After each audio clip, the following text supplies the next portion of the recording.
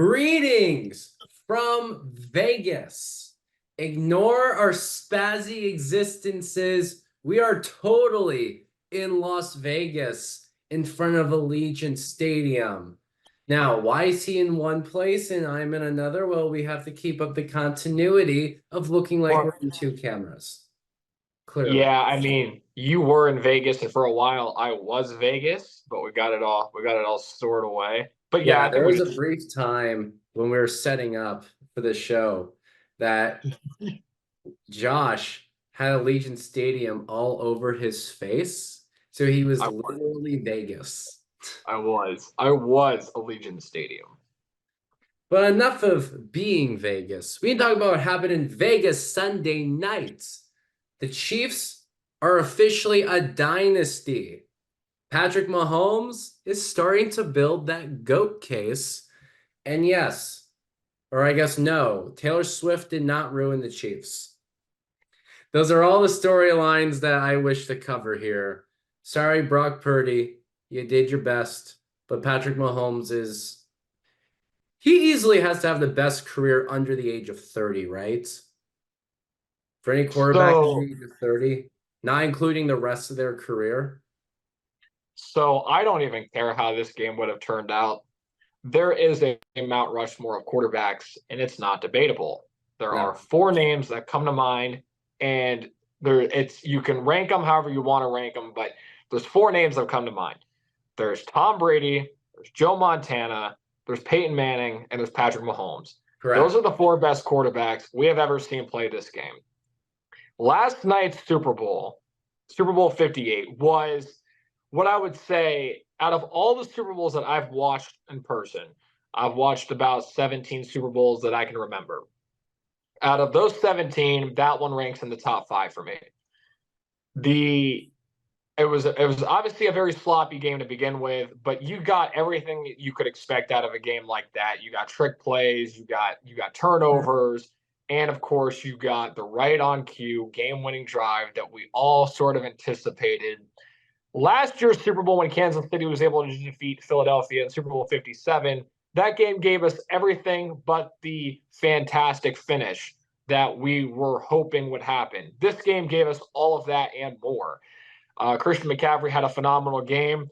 You could kind of see down the stretch of this game that Kyle Shanahan finally started running the ball. I don't know how many times he had to learn the hard way before he finally started to do that.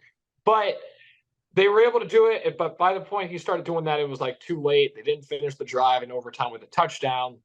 They kicked the field goal, and then Kansas City took the field, and Patrick Mahomes does what Patrick Mahomes does. And that was lead the team down for a game-winning touchdown drive in the Super Bowl. Something that I don't even think Tom Brady has done from behind in any Super Bowl. Well, actually, yeah, now that I think about it, yeah, let's see. There were The close first one, games at the beginning. Like some came down to like missed field goals, low scoring games. I'm like, oh yeah, despite all the comebacks that Brady has had in the fourth quarter. Oh yeah. yeah, Yeah, none of them have been because in the Super Bowl, have they? because you have to think about it. Go back to the first one that they won, the Patriots did in Super Bowl 36. They were Right. tied. They were tied. Madden thought they should play through overtime. Brady led the team down. They kicked the game-winning field goal. 2 years later against Carolina, it was kind of the same story. It was a tie game. Brady led the team down to kick the game-winning Well, I field guess goal. 28-3, kinda. When they got to 28-3, they came back. Yeah, he's come back in the game, but that game went to overtime, and the game was tied, and he led the team down for the game-winning touchdown. Now, remember, the overtime rules back when he did it were different. It was, Right. it was sudden death.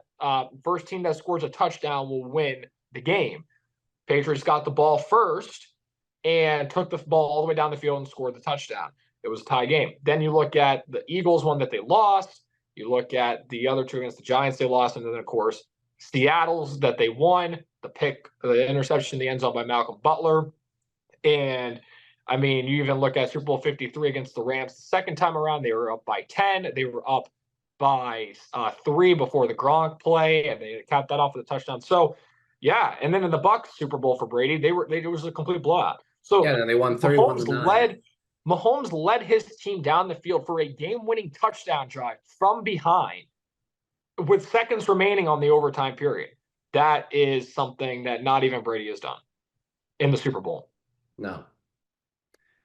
Mahomes is building a case. Like, I mean, he's already obviously, besides Brady, one of the greatest of all time, one of the best postseason performers of all time. Travis Kelce is getting very, very close to being one of the being the greatest postseason receiver. I know he's a tight end, but just ball catcher of Pass all catcher, time. yeah. He's closing in on all of Jerry Rice's records. Once he passes all of those and does it in fewer games, you're Yeah. looking at history here in the making. Like, look, they've won 3 out of 5. They've been the 4 out of 5.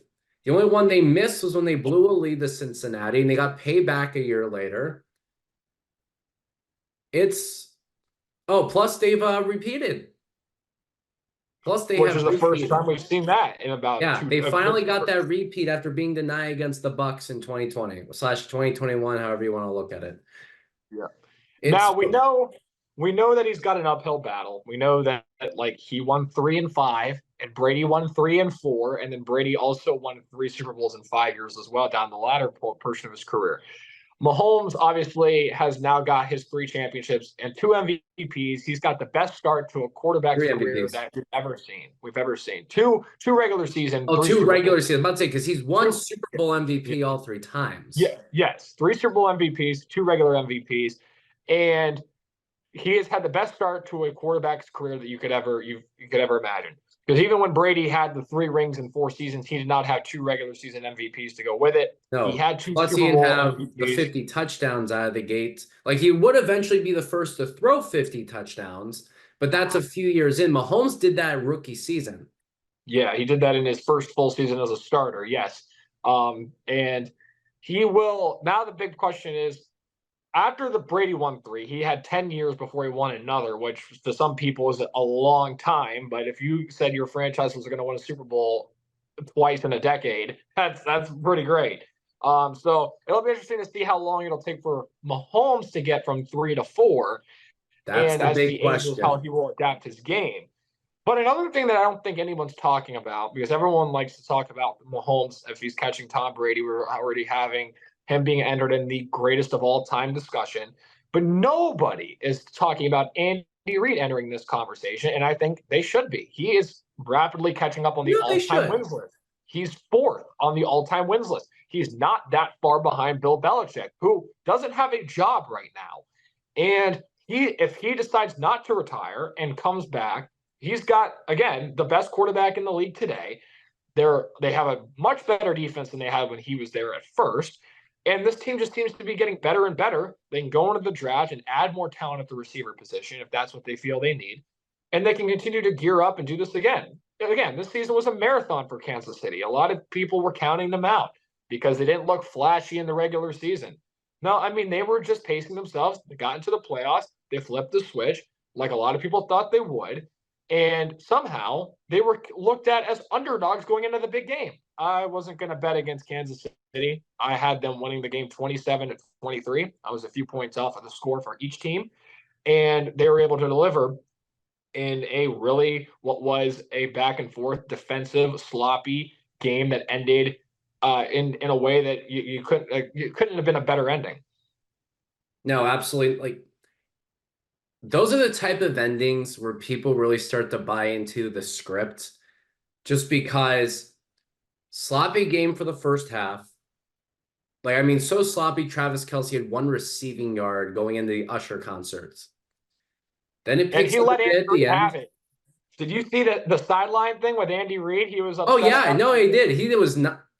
If it was anyone besides Kelce, there are consequences for that. I think and it was a little bit overblown because like Andy Reid, he came at Andy Reid from the side, caught Andy Reid a little off guard, and I think he was just upset that he wasn't in the game. And of course, there's the fumble, of course, that makes everything everything worse. But that Yeah. just goes to show you just the character of like it just goes to show you that like He's a yeah, very that happens, passionate but dude. Yeah, he's very passionate too, but that goes to show you like the character and the culture of Kansas City, right? Like that happens, they shake it off, and like they got a whole nother game to play. They got a whole nother half to play, and then some, including overtime, and they were able to get past that, and they were able to come together as a team and win it. And it's great to see Andy Reid with all these Super Bowls now. He's now a dynasty head coach. Where I'll be honest, I didn't know if Andy Reid was ever going to win. He had his first 18 years of coaching. He started as a head coach with the Philadelphia Eagles, his first NFL head coaching gig in 1999. By the time it was like 2018, he still hadn't won a Super Bowl. The Chiefs were bounced from the AFC Championship game because Dee Ford lined up off sides, and Andy Reid lost to Belichick again. And it was like I wondered if he was ever going to get one. He doesn't just have one; he's got three now. So Once that's the really cool. floodgates opened for him, you know what I mean? He's on the fast track. And again, Bill's got. We talk about Mahomes and Brady. Brady has 7 rings, and Mahomes got 3.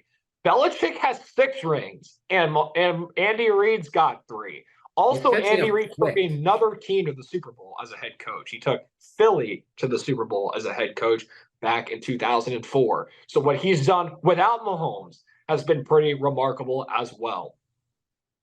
Yeah, no, he definitely has the resume. He's easily a top 5 coach all time. He was already considered a phenomenal coach even when he hadn't won a ring. And I know some people are going to say, oh, well, Belichick's done all of this, done all of that. Keep in mind what Belichick has done without his QB. And imagine if he had been in Andy Reid's position for longer.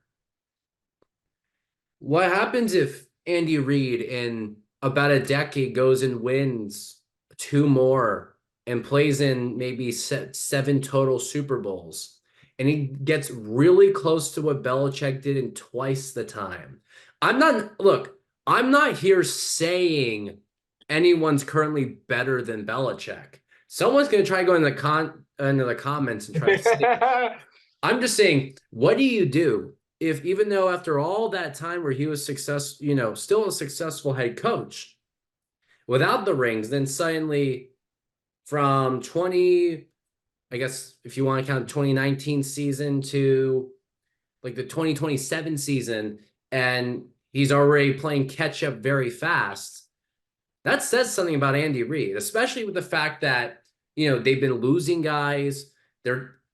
Mahomes is basically down to Travis Kelce as an option in the receiving core, unless you want to count Pacheco as well, which, he counts, but he doesn't. This was a way defensive-minded team this year, which worked, by the way. They have been winning with what they've got. Mm-hmm. It's a lot of people would try to say it's almost the same argument as with Brady. It's like, well, who does he have that, Brady has all these options, and Patriots fans defend him with he's only had like a Gronk or a Randy Moss. Edelman, yeah, I mean, he's great, but he's not a Hall of Famer. He's the Hall of really, really greats. I mean, Patriots Ring of Honor, obviously. If I forget, I don't know what the exact name of their Hall of Fame / Ring of Honor is. I'm just going to say that. Right, yeah. Just before if someone wants to correct me in the comments, just put it. I do not care. Please tell me. It's all the same arguments. Yeah. And you get the amazing Patrick Mahomes moments on, 4th and 1, Super Bowls down to the last play. You get that late game Patrick Mahomes run, cuts to the right. I saw that last year against the Bengals as well, but this time he has a healthy ankle. And then he has the game-winning drive. Yeah. Those are the moments where you think it's all scripted, but also the greats just do it. The greats just get it done. And they get it done even when you expect them to get it done. That's what makes them so great. Like, they don't surprise you with it. Like, it's just like, of course he did. He did it because of course he did. And speaking off his rushing yards, he's now second in rushing yards in the Super Bowl for a quarterback, I believe it was. I think Jalen Hurts last year was the only one that had more. Also, other records that were set yesterday in the Super Bowl, we had Jake Moody kick the longest field goal in Super Bowl history and that lasted for about a couple hours until Harrison Butker was like, let me top that. Yeah, let me beat you by 2 yards. Yeah, and it was. Can you imagine holding the record for less than a game? That is the equivalent of when Sammy Sosa broke the single season home run record and he held it for 43 minutes until Mark McGuire went psych. Like, yeah, it's something to That's tell you. exactly what I thought of when Butker beat him later that game by 2 yards. Well, I It's hope you something that enjoyed having the record because it's mine now. right, and it's something you tell your kids and grandkids about. Like, yeah, I had that Super Bowl record for like an hour, and so Yeah, no, like, literally an hour. And yeah, then the other guy got it. yeah, and but now let's flip the script, right? We've talked about the Chiefs, we've talked about Andy Reid's legacy, what this win means for him. We talked about Mahomes, this what this win means for him. Let's flip the script to the 49ers, right? This is their under Kyle Shanahan, this is their second Super Bowl appearance against the same team, Kansas City. A lot of the guys, a lot of similar faces on both sidelines, like we talked about, coming up to the game. And again, for the Niners, their fate is the same. They had a lead, double-digit lead, and the Chiefs come back and win the game. Now, people are going to criticize Shanahan for X, Y, and Z, and I get all of it. I understand it. But let's like pump the brakes on the criticism. I would say pump the brakes on the criticism for Kyle Shanahan, because you know who Kyle Shanahan is right now. You know exactly who he is. He is now the new Andy Reid. Andy Reid was an elite coach who couldn't get by Bill Belichick. He just couldn't beat him.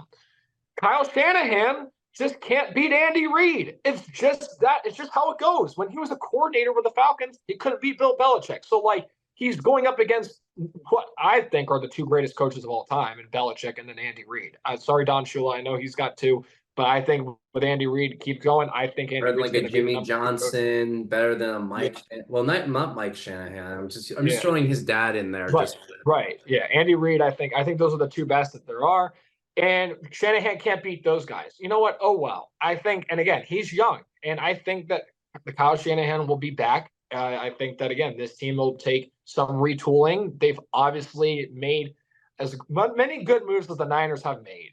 They have also made some moves that have set them back, like trading away or not bringing back DeForest Buckner, trading all those draft picks to move up and take Trey Lance. Those could have been difference makers. You know, those you make those different decisions, and maybe you get from losing by 3 in overtime to winning. Maybe you just make an extra play. Maybe the extra point doesn't get blocked. There and I were a think few bringing up things those defensive that points close. really do matter Yeah. because as big of a defensive game as it was, yeah, like overall, you held the Chiefs to fewer than 30 points, but they crumbled when it mattered more than anything. They held them to 3 point. Was it 3 or 6 points in the? No, it was 3 points It was in the like first six. half. I think it was six points through 3 quarters. I believe it was. It That is was like six correct. I'm points trying to through remember three if the quarters. second field goal was before or after half. I think it was after halftime.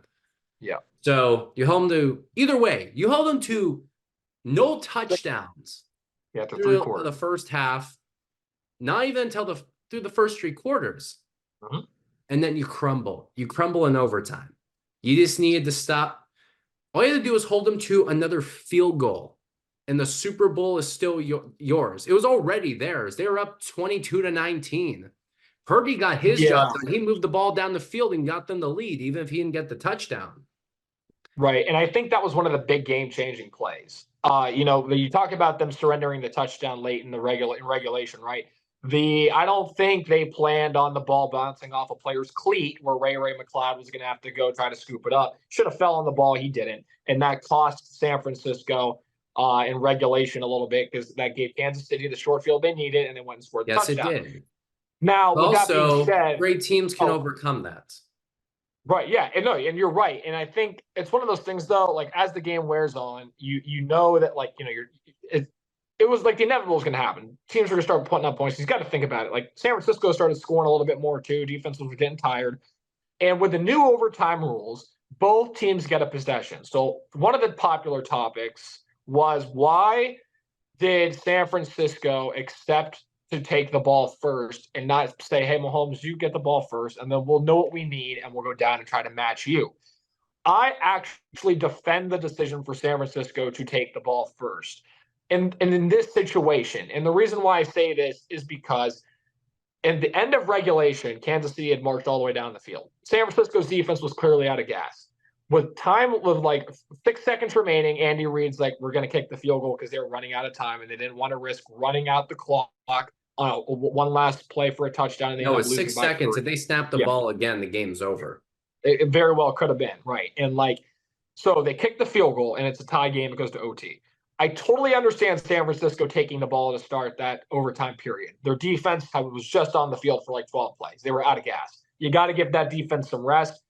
Put your offense on the field. And the offense that they came out with in that overtime drive, that first drive, was actually really well done. They went back to their core. They started running the ball. They moved the ball all the way down inside the 10, and they just didn't finish it off. Maybe that's where, instead of taking the 3 points inside the 10-yard line, that you actually try to go for the touchdown, because you know that Mahomes is going to get the ball regardless, and that there's a really good chance he's going to go down and score like we saw. So maybe you go for it down there in hindsight, but I don't disagree with them deciding to take the ball first, given the circumstances that their defense was just in at the end of regulation. Yeah, it gives them a chance to breathe. And also, go in there and take the lead.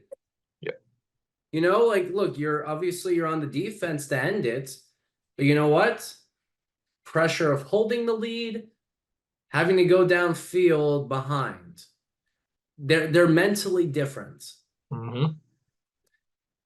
Because when even if you take that 3-point lead, you have that mindset of just gotta get the stop versus I gotta get all the way downfield. They are different.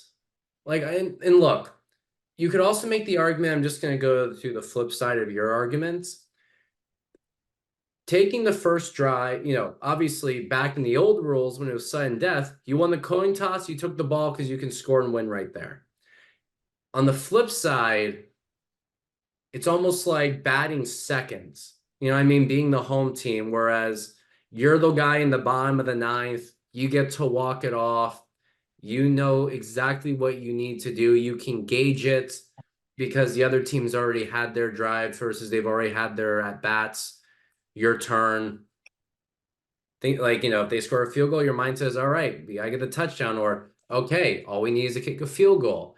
You have your set, you have a fuller idea of what you need versus if you go and you only sell for the field goal, well, the other team just needs a touchdown. Right. There's a few ways to look at it. Yeah, I mean, obviously, when it unfolds the way it does, everyone's gonna, look back in hindsight and say we should have done this differently, should have done that differently. I think that what San Francisco decided to do at overtime was the right decision. I like that they started to go back to running the ball, but to beat Patrick Mahomes, to beat Andy Reid, to beat Kansas City, you gotta take chances and you gotta go for the kill. And it was just one of those things where, even though it seemed like San Francisco was in control of the game, it was one score. It was a close game. At most, it was 2 scores. The Chiefs were hanging around. And it was just one of those things where, as somebody who picked Kansas City to win, I wasn't really ever worried that Kansas City wasn't going to win. It just felt like another one of those I games where did it's get like, a they're little hanging worried. around. Like, what if They're this is hanging kind of around. like, Super Bowl 55, where the offense just gets shut down and San Francisco slowly pulls away?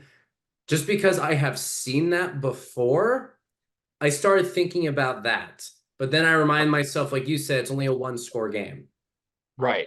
And I think the difference for those was like the fact that in that game that you brought up, Tampa, like as well as they did They did pull defensively, away much sooner, like by they had like halftime. I think their 2 first drives were like touchdowns, which kind of already Yeah. put the pressure on. So they were already, and whereas like San Francisco, nobody was really scoring to start the game. It was what at halftime, 3-3 or 3-0 or something, or it was like 7-3. I think it was. I That think it was was 7 to 10-3 3 at at half. halftime. And 10-3. Something. Yeah. The point was it was close. Yeah, it was within Yeah. it was a 7-point game. Yeah, it's 7-point game, and like, yeah, you just knew that. You just like a one mistake, one turnover, it can change the whole game. There was a And it number of did. mistakes, but like, it was a great game overall. I enjoyed watching it. We got the I say the fantastic second finish. half was great. I'm not gonna say it was a great game overall. And yeah, If and it for me, wasn't for overtime, redeemed that game quite a bit. well, I'll say this, and I look at games differently than other people do. All I ever ask from a Super Bowl is that it's close. I don't care if it's well buttoned up, if it's a crisp Okay, offense and or that's defensive fair. game. Like the only thing I don't want to see in a Super Bowl is it being over by halftime. And like that, like Super Bowl 48, but Broncos Seahawks. Oh, that was that over was after the first abysmal. drive.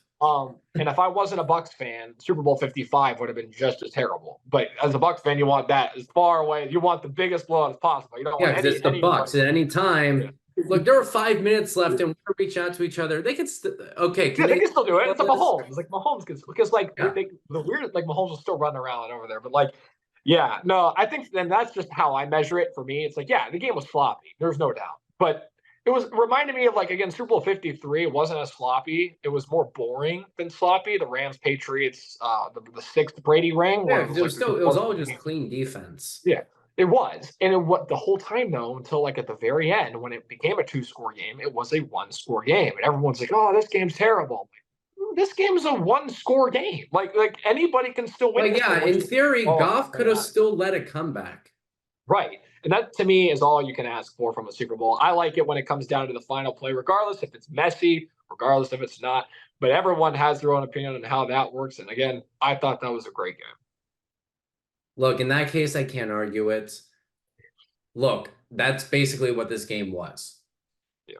I No, I could complain all I want about the first half, but in the end, it stayed close long enough for it to get interesting. yeah, no denying it was a mess. Like we all saw how messy this game was, especially at the beginning. It was beginning to feel like it was beginning to feel like is anybody going to do something exciting? But yeah, so I see where people come from when it comes to that part. Yeah.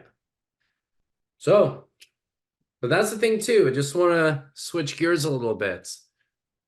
The season's over. We are entering the off season. No, not the Our off first season. off season on the Awkward Sports Podcast. And you know what? I'm just going to throw this out here because I can.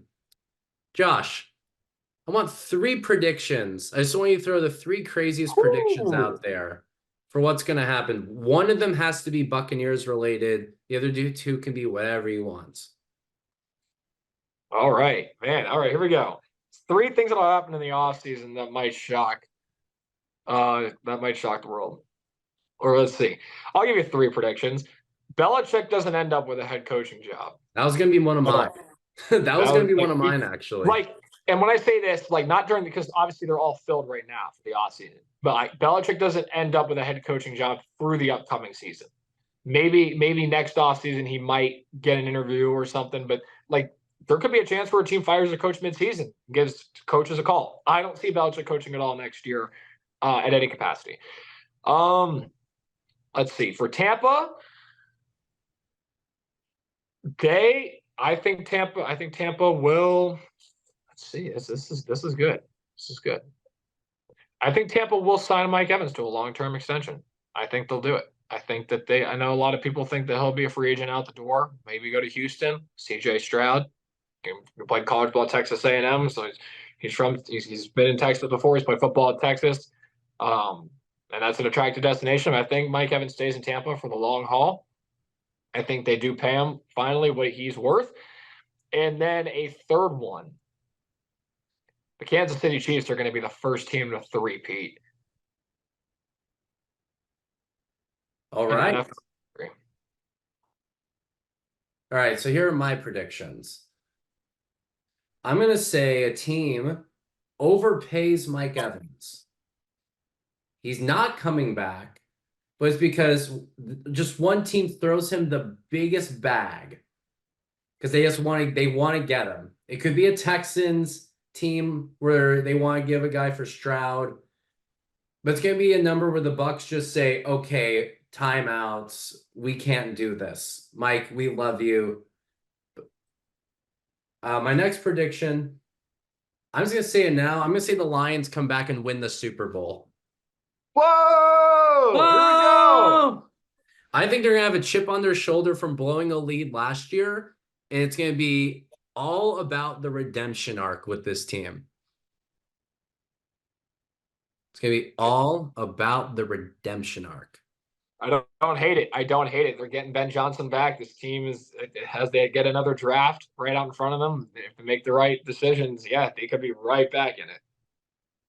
And I'm going to cheat, and I'm going to make another prediction related to the Bucks. I think Baker Mayfield gets a deal longer than 3 years. just because he was very involved in the signing of Liam Cohen, if you're that involved, the Bucks see you in your long-term plans. Obviously, if one goes, the other's going to go too. And NFL contracts, there's not a lot of guaranteed money at times to begin with. I'm going to say right now, Baker Mayfield gets a 4-year contract with a potential fifth year tacked on if they want him. That's my prediction. All right. So Will Baker any of these Mayfield, be 4 year correct? plus one. What was that? Baker Mayfield, 4 year plus one. The Detroit Lions to win the Super Bowl. That one, Plus I love over it. I Mike love Evans that overpay. because of that one. If that one actually comes to fruition, that's one of the most epic calls ever. Kansas City winning 3 in a row. No team's ever done that. So it'll be fascinating to see. And we're going to keep this episode on file in the archives Oh, yeah. because we need to come back to these. We're going to do an episode next year where we're watching our own predictions and we make fun of how bad they are. We are Or humble folk somehow here we at the could Awkward Sports Podcast. We're going to laugh next year at how wrong we are. And I hope you're excited for it. But we are running out of time. So I want to thank everyone for listening to this edition of the Awkward Sports Podcast. Football season's over, but that doesn't mean we aren't done. We got plenty more sports to talk about. There's always football, something to talk about. And we did this one in Vegas. Wait, the game's not today? Did we come a day late? Why are we wait? What? Josh, I think we missed the game. What the heck? Oh man. I feel Oh, lied to. What game are we talking about? that's tough. That's tough. Wait, we were just talking about a game that we Thank you, thought Vegas, for was being great hosts. Thank you, Vegas, for being great hosts. I mean, just phenomenal. Look at this Namaste. place. Yeah, this is great. So yeah, we will see you guys next time.